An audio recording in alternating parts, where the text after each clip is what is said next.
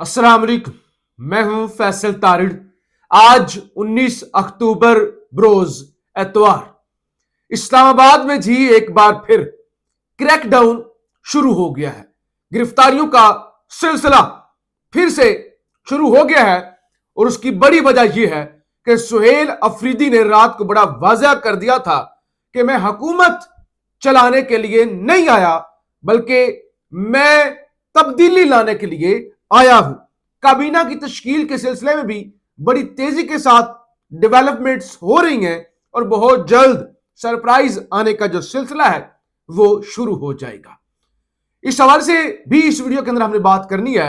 मिसाल यूसुफजई की रात से एक ऑडियो वायरल हो रही है और उस ऑडियो के अंदर मिसाल यूसुफजई क्या कह रही है, कितना सच है कितना झूठ है।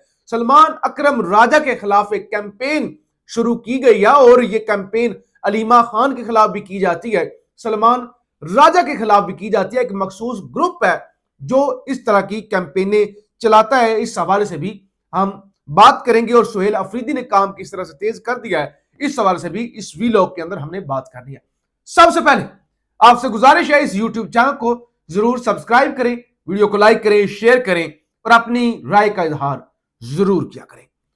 राजा शहबाज भट्टी पीटीआई के एक सरगर्म नौजवान जिन्हें रात को थाना शालीमार F10 इस्लामाबाद से गिरफ्तार किया गया और किसी को नहीं पता कि उनको कहां पर मुंतकिल किया गया। राजा शहबाज भट्टी का तारुफ यह है कि वो साबिक सदर हैं यूथ विंग शमाली पंजाब के और हेड रहे हैं मोबिलाइजेशन कमेटी के शमाली पंजाब के। लेकिन सिर्फ ये ओहदे कि वो यूथ विंग के हेड रहे हैं या मोबिलाइजेशन कमेटी के हेड रहे, ये तारुफ नहीं है शहबाज भट्टी साहब का।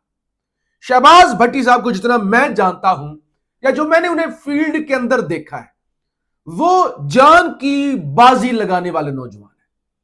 हर जगह पर पहुंचते हैं, किसी से नहीं डरते। 9 मई के बाद जब लोग डर गए थे ना, या डर नहीं भी गए थे, कुछ लोग छुप गए थे, कुछ लोग सहम गए, कुछ लोग इधर उधर हो गए। कई लोगों के अंदर हिम्मत ही नहीं था ना, हिम्मत ही नहीं थी कि अब कैसे निकला जाए, अब कैसे खड़ा हो जाए, कैसे लोगों को इकट्ठा किया जाए और लोगों के अंदर एक नई उम्मीद भरी जाए। ऐसे वक्त में राजा शहबाज भट्टी जैसे लोग उठे और वो खड़े हुए, उन्होंने खौफ के बुत तोड़े। और राजा शहबाज भट्टी, आप एक दिन उनको देखो, वो अटक पुल पर पहुंचे होंगे, अटक पुल उन्होंने बंद किया होगा। दूसरा दिन देखो वो केपी पहुंचे होंगे, फिर देखो वो इस्लामाबाद खड़े होंगे, फिर उनको देखो वो अडियाला जेल के बाहर खड़े होंगे।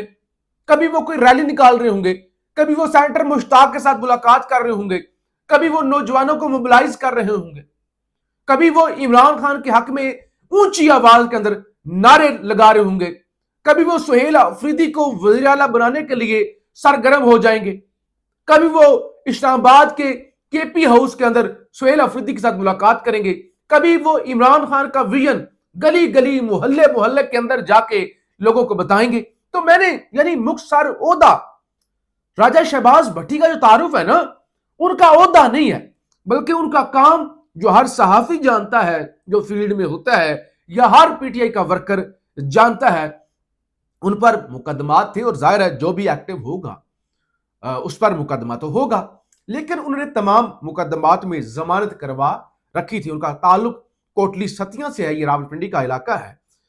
अब पिछले कई दिनों से उनके घर पर छापे मारे जा रहे थे, गिरफ्तारी की कोशिश हो रही थी, अगर से मुकदमात में वो जमानत पर है। लेकिन मैंने आपको बताया ना कि वो शख्स जो सबसे ज्यादा काबिल हो या सबसे ज्यादा एक्टिव हो, अगर उस शख्स को पकड़ लिया जाए या कोशिश की जाए कि उसका सॉफ्टवेयर अपडेट किया जाए, तो फिर आसानी हो जाती है ना कि एक बहादुर को कंट्रोल कर लो, बाकी जो है उसके पीछे चलने वाले खुद ही कंट्रोल हो जाएंगे। तो पुलिस उनको ढूंढने में लगी हुई थी। इतलात ये है कि गुज़श्ता रात F10 इस्लामाबाद थाना शालीमार की हदूद के अंदर वो किसी होटल के अंदर, किसी रेस्टोरेंट के अंदर कुछ दोस्तों के साथ या मेहमानों के साथ खाना खाने के लिए गए थे। उनकी मुखबरी हो चुकी थी। पुलिस आई, डायरेक्ट होटल में आई, सीधा टेबल पर गई और उनका आपने हमारे साथ चलना है। और एसएचओ साहब जो है उन्होंने अपनी गाड़ी में बिठाया और वो उसके बाद लोग थाने में भी गए, उन्होंने कहा थाने में नहीं है, पता नहीं कहां पर है। तो बहरहाल अभी तक राजा शहबाज भट्टी साहब का पता नहीं चला क्या वो वाकई थाने में है या कहां पर है। अभी तक उन्हें किसी भी अदालत में पेश नहीं किया गया। तो ये यानी क्रैकडाउन का जो सिलसिला है वो शुरू हो चुका है। दूसरी तरफ एक ऑडियो आती है और रात से ऑडियो मखसूस लोग बड़ी तेजी के साथ शेयर कर रहे हैं। 2 मिनट 21 सेकंड की ऑडियो है और मिशाल यूसुफजई जिसमें इल्जामात लगाती हैं कि ये सलमान अकरम राजा के हवाले से खान के ट्विटर से ट्वीट कैसे आ गया, जो खान ने सलमान अकरम राजा की तारीफ की थी कि आपने बेहतरीन काम किया अदालती मुहाज पर भी और सुहेल अफरीदी को वज़ीर आला मुंतखब करवाने के लिए भी। तो आपकी जो एफर्ट थी ना उसको मैं सलाम पेश करता हूं। अब मिशाल यूसुफजई जैसे बोने, मिशाल यूसुफजई जैसे छोटे लोग, उनको आग लग गई। सलमान अकरम राजा के लिए ट्वीट आ गया। मैं जाती बतौर साफी एक चीज आपको बता दूं, छोड़ दें सलमान राजा का ताल्लुक पीटीआई से है, ये बात छोड़ दें। आप टॉप 10 वकला की लिस्ट बनाएं और वो लिस्ट आप जिस मर्जी बंदे से बनवा लें, जो भी पढ़ा लिखा बंदा है पाकिस्तान में, किसी भी जमात के बंदे से। टॉप 10 पाकिस्तान के अंदर जो वकला है सुप्रीम कोर्ट की हद तक बड़े लेवल के वकला, उनकी लिस्ट बनाएं। आप सलमान अकरम राजा को उस लिस्ट से निकाल ही नहीं सकते।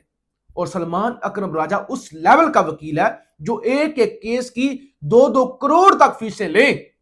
इतना बड़ा वकील है, जजों को वो हिलने नहीं देता।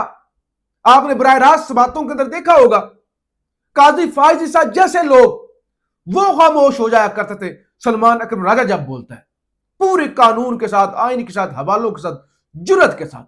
तो छोड़ दे सलमान राजा का ताल्लुक पीटीआई से है।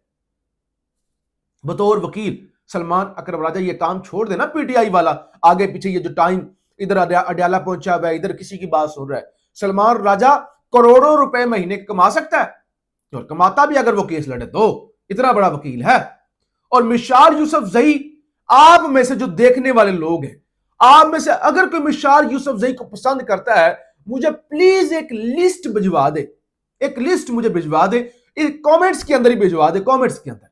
चले डायरेक्ट आप ना भेजें, इनबॉक्स ना करें, कमेंट्स में भिजवा दें ताकि मैं पढ़ सकूं। आप मुझे बताएं कि आप गलत कर रहे हैं, आपको मिशाल यूसुफजई से बुग्ज है, क्योंकि मिशाल यूसुफजई बहुत बड़ी पर्सनैलिटी है।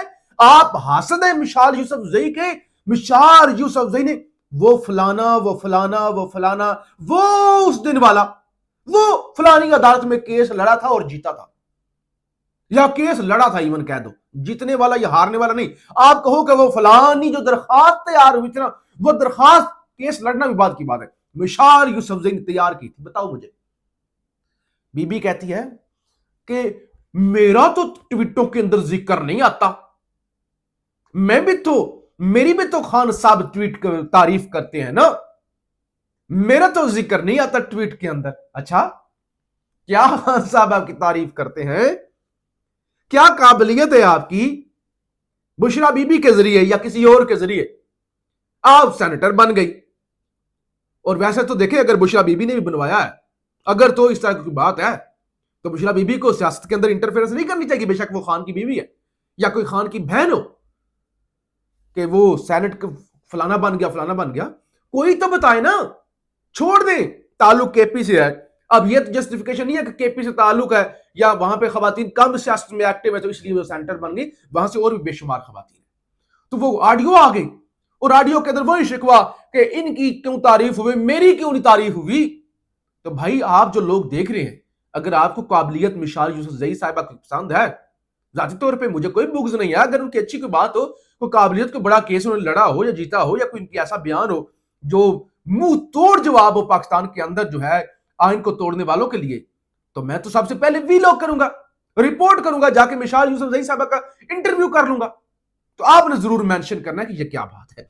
दूसरी तरफ जी, खबर यह है कि काम तेज कर दिया है और बड़ा वाजिया कर दिया था रात को ही, बड़ा वाजिया डायरेक्शन उन्होंने बता दिया था ना सुहेल अफरीदी साहब ने कि चलना किस तरह से है। उन्होंने गंडापुर नहीं बनना और उन्होंने सियासत को या अपनी हुकूमत को चलाना किस तरह से, उन्होंने बड़ा वाजिया कर दिया था कि हम इनकलाब की तरफ जाएंगे। मुराद सईद का नजरिया, इमरान खान का नजरिया, और हुकूमतें चलाने के लिए नहीं बल्कि इनकलाब लाने के लिए, तब्दीली लाने के लिए हम खड़े होंगे।